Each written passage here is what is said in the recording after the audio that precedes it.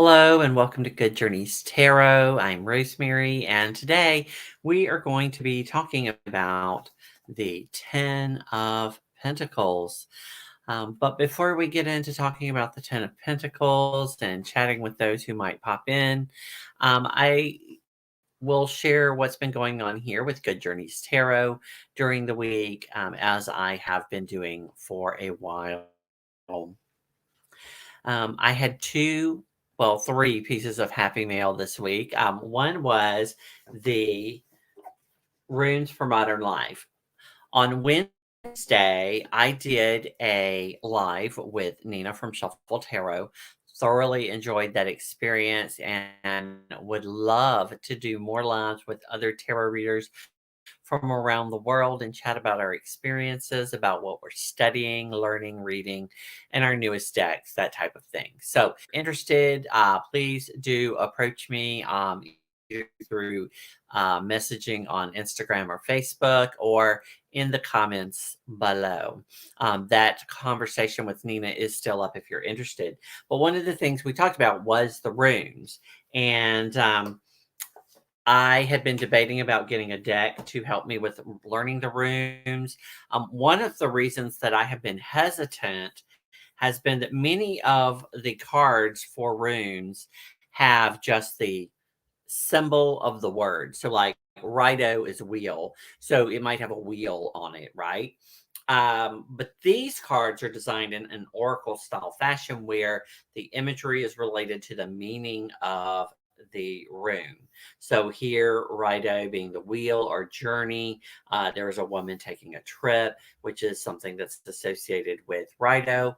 And I actually pulled this card yesterday, which is why it was on the top. And you can see the results of that over on Instagram on a live I did this morning. This is a beautiful deck. I encourage you to check it out.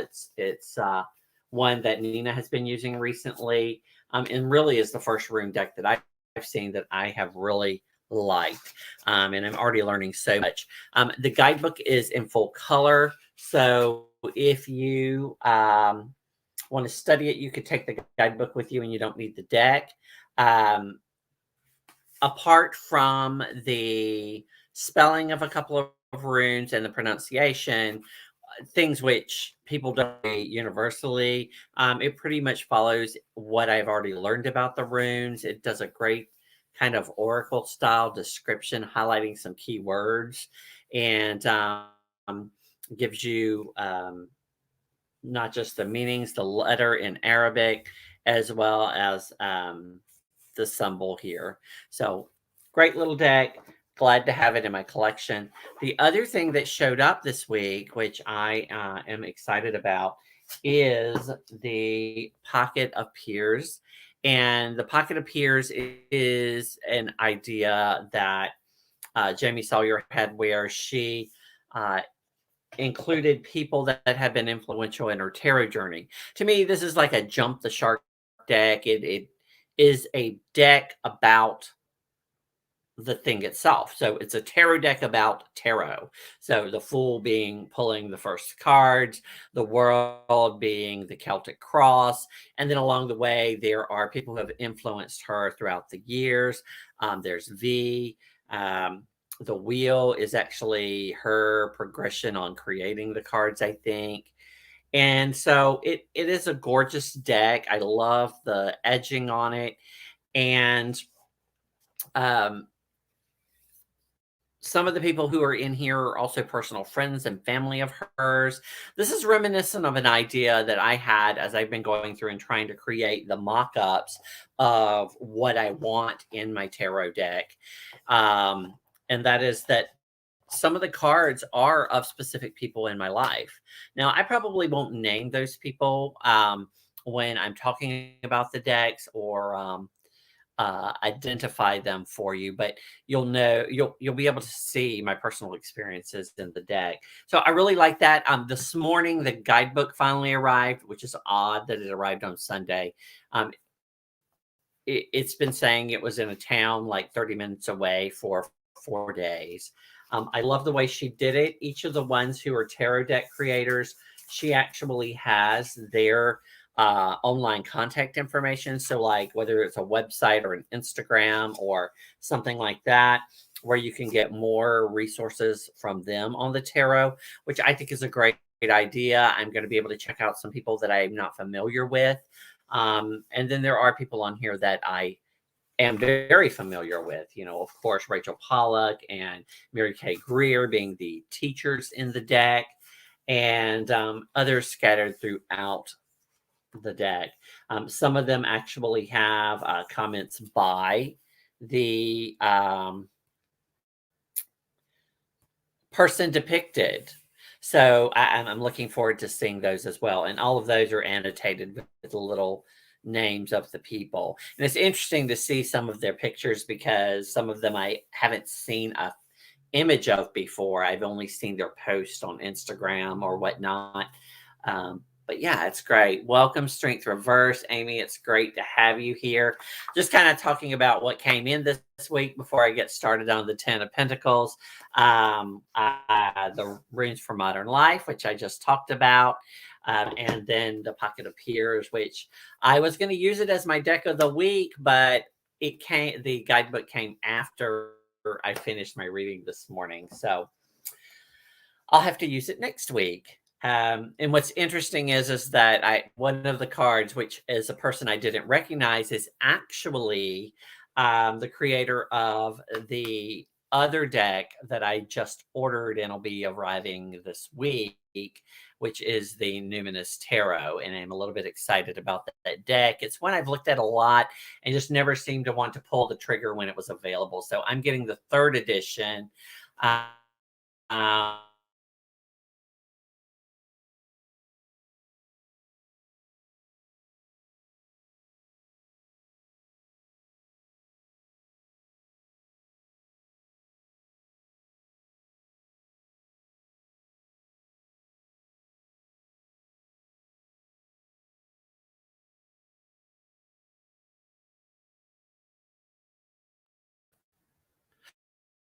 Okay, and I'm back. Apparently, my internet has decided to go in and out a little bit, and apologize for that. It's really random. My internet just decides all of a sudden to go out sometimes. It did this, and the um, website continued to record for like 15 minutes after um, it stops playing. So if it stops, just know that I will be hopping back on in a few minutes or whatever the case may be. I apologize for that. Those of you watching in the future, just know that you'll get to see the video one way or the other. So let's get into the 10 of Pentacles. So this is a kind of a weird card for me. It's not one that I have a problem with particularly, but it's one that every time I look at it, it just drives me nuts because to me, it's just overly complicated. So it took me all week to get up the nerve to finally color it. And couple of the things I did to simplify it for me and in my own mind was, you'll see the arch, I did all of it in gray, not just the archway itself. There is this tapestry or photo, painting or something hanging on the wall that in the Waite Smith image is colored. However, not one book that I have read mentions this. Okay. I think it's just there to let us know that these are people of means, right? And so I just colored it gray to help me with some of the distraction that goes on with this deck. The other thing I did was I simplified the man's clothing. Normally there are 2 reds, a green, and a yellow in here. So I just did 1 red and 1 green. You still see all of the symbols on it, which Rachel Pollack talks about in her book, relating this to magic and connecting magic with the mundane every day. The only thing I changed of any significance was I colored the pentacles, the colors of the tree of life that I'm currently working with, just so it's obvious what the intention of the pentacles was. It's probably the most important symbol on this card. It's the only card where the Tree of Life is even brought up, really, as far as imagery goes. And so that's why you'll see on my deck that I have incorporated that symbol. Um, let's take a look at some of my favorite cards from with the Ten of Pentacles. The Rider Waite. The Ride or Wait deck actually just uses white for the skin tone. I think it's like just the idea of a person, because there are people in various cards that you look at, and based on their hairstyle and other things, you'll notice that they are people of color. But for whatever reason, they chose to just go with blank canvases, so to speak, for the skin color in them. So here's a family. There's the dog being important as a symbol of loyalty. Also, from Benabel Wynn says, dogs are about being able to recognize the magical. Dogs sense things that we don't necessarily sense. Again, that connection of magic, that might have been Rachel Pollack. And then it was Benabel, I believe, or one of the other books that I read, where they talked about dogs being a daily responsibility. So this is a card that represents wealth and success and familial heritage, but there is a responsibility. There is daily work that went into achieving this. This is from This Might Hurt. It's a beautiful depiction of a family of color. And then we have from the Fyodor Pavlov, a Native American family. Gorgeous image again, in both of these, making sure they have that dog for its importance to the imagery.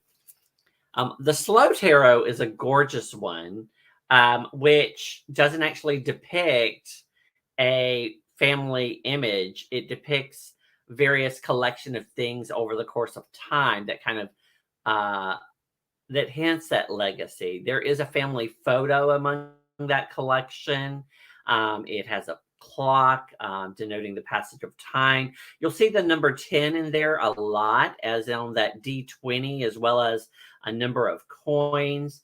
And then the serpent, representing that Kundalini energy from the Tree of Life, going up and down the tree, so to speak.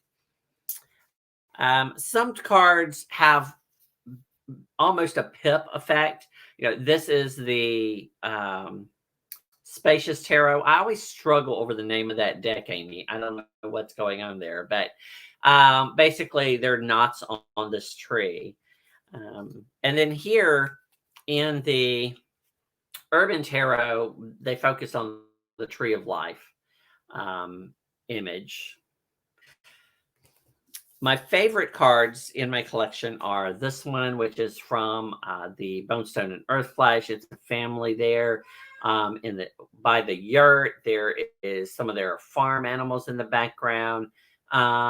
It's a really great depiction of this idea of family and lineage and that type of thing. But the Spirit Keepers Tarot, I think, just really captures the idea of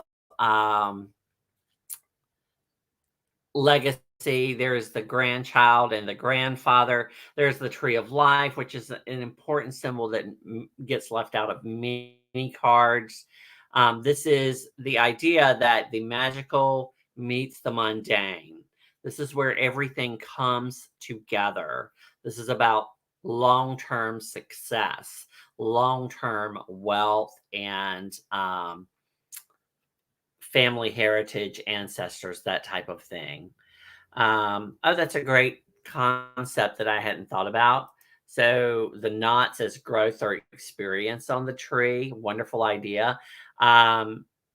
Kind of same idea with the Tree of Life. We get that experience going up as well as coming down. I love this card. This is one of my favorites for the Ten of Pentacles. So the Ten of Pentacles Pentacles is typically about wealth, about security. It's about our legacy, stability, gain, family matters, the home, inheritance. Hence my talking about all of those things. It's also about prestige. And as Benabel did in her deck, dynasty. So is what she actually called the card because that's an aspect of this. But in the reverse, it can not only be a loss of success or misfortune, but it also can be about taking risk, about taking a gamble. Um, and so, or it could be about boredom. Rachel Pollack points out the lady in the card and says, she's talking to the man, but she kind of seems disinterested. I don't know. To me, it just depicts a typical family, child holding on to the mother while the mother tries to talk to the father, assuming that is the father. Um, and so perhaps she is distracted. Maybe it's not that she's bored or unhappy, but just that, like most mothers, she has many, many things going on at once. Um, the card can represent generations. There's one of the things that was important for me in thinking about the card and what should be there is that there should be, an older generation, a current generation, and then the new generation represented. And so that's why I chose a family going to visit their grandparents in my card, which we'll be looking at in a moment. Um, some important symbols that we haven't talked about yet, like one is the arch. So Rachel Pollack was the only one who really mentioned this. I think maybe Teresa Reed did in her book as well. But the arch is that idea that we are entering the mundane world, right? So from our spiritual journey and experience coming back home. And she relates all of this in her 78 degrees of wisdom to Odysseus returning from all of his adventures. And of course, when he came back, things were in disarray and he had to put them back in order, so to speak. But the arch is not just that pathway to home, but it also can represent um, uh, faithfulness, that domesticity. That's sorry, wrong line. I'm reading my notes backwards. um, so the archway being that entryway to home, coming back from being away, as much as that pathway to knowledge, to wisdom, to harmony. There are actually scales on here. I had never even noticed the scales until I read about it in 78 Degrees of Wisdom, representing, justice. Um, and that idea that there's like a karmic return here. This success, this legacy that's been created is the result of hard work and effort. It's not just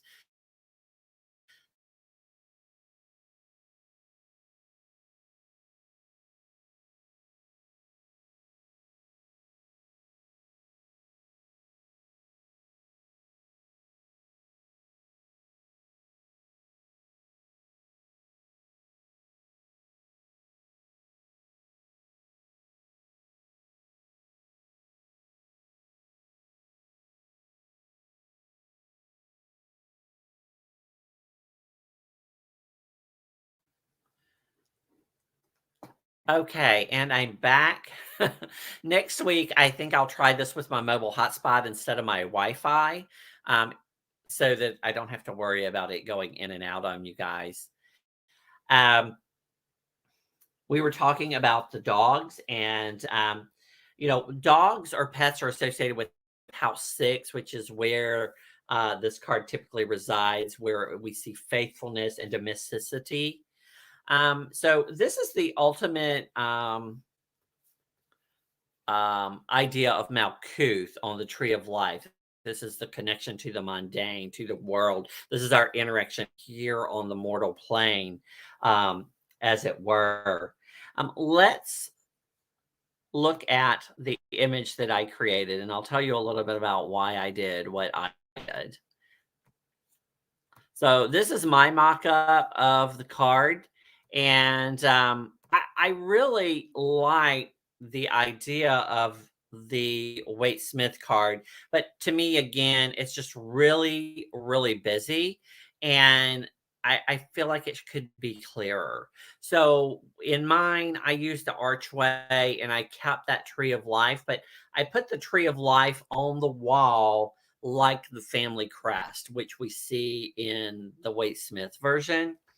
And I have depicted here a family going to visit their grandparents and the obligatory dog, which in this case is a pug, because I have a pug and I want a pug in my deck, right?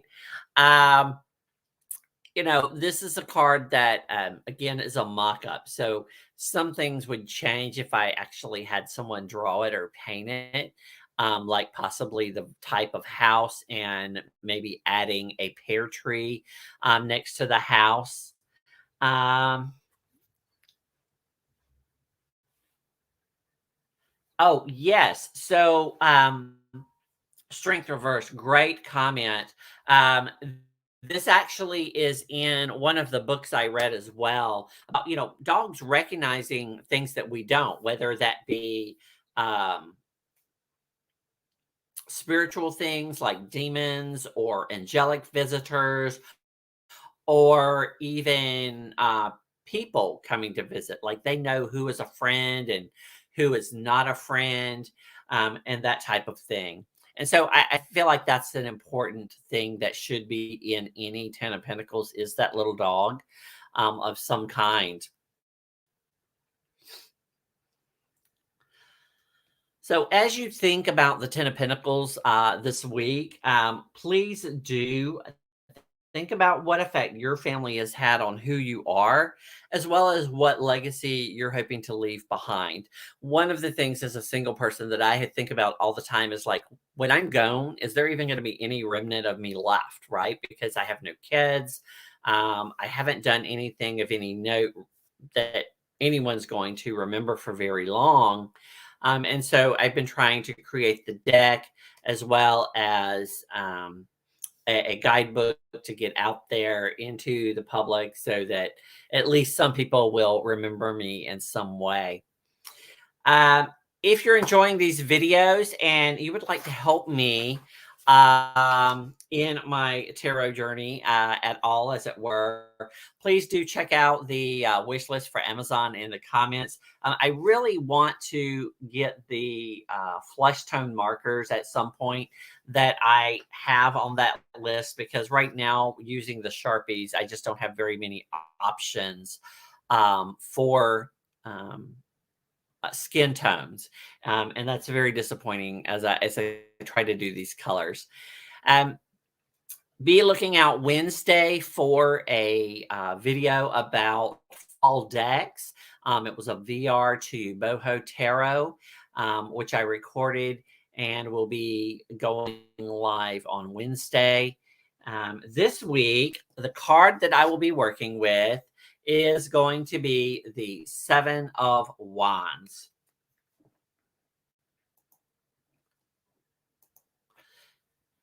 So let's look forward to that this week. We'll talk a little bit about perseverance and about that Mars and Leo energy, that combative strength, as it were, holding our line in our lives and in our journey.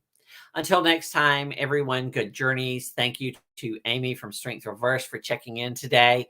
And I look forward to chatting with others of you online about the Ten of Pentacles, as well as in the week to come, the Seven of Wands. Until next time, good journeys.